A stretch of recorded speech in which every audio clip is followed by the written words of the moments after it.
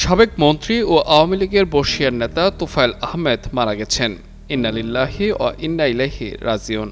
সোমবার বিকেল 3:30টার দিকে রাজধানীর স্কয়ার হাসপাতালে চিকিৎসাধীন অবস্থায় শেষ নিঃশ্বাস ত্যাগ করেন তিনি। হাসপাতাল কর্তৃপক্ষ ও পরিবারের পক্ষ থেকে গণমাধ্যমকে বিষয়টি নিশ্চিত করা হয়েছে। মৃত্যুকালে তার বয়স হয়েছিল ৮২ বছর। প্রবীণ এ রাজনীতিবিদ দীর্ঘদিন ধরে প্যারালাইজড সহ অন্যান্য শারীরিক সমস্যায় ভুগছিলেন। গুরুতর অবস্থায় গত ২৮ সেপ্টেম্বর তাকে স্কয়ার হাসপাতালে ভর্তি করা হয়।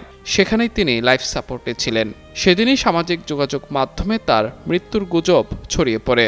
অবশ্য পরবর্তীতে চিকিৎসকরা বিষয়টি নাকচ করে এ বিষয়ে ব্যাখ্যা দেন। ১৯৪৩ সালের ২২ অক্টোবর ভোলা সদর উপজেলার দক্ষিণ দিঘলদি ইউনিয়নের কোরালিয়া গ্রামে জন্মগ্রহণ করেন তোফায়েল আহমেদ। ১৯৬৭ থেকে ১৯৬৯ সাল পর্যন্ত তিনি ঢাকা বিশ্ববিদ্যালয়ের কেন্দ্রীয় ছাত্র সংসদ ডাকসুর ভিপি ছিলেন।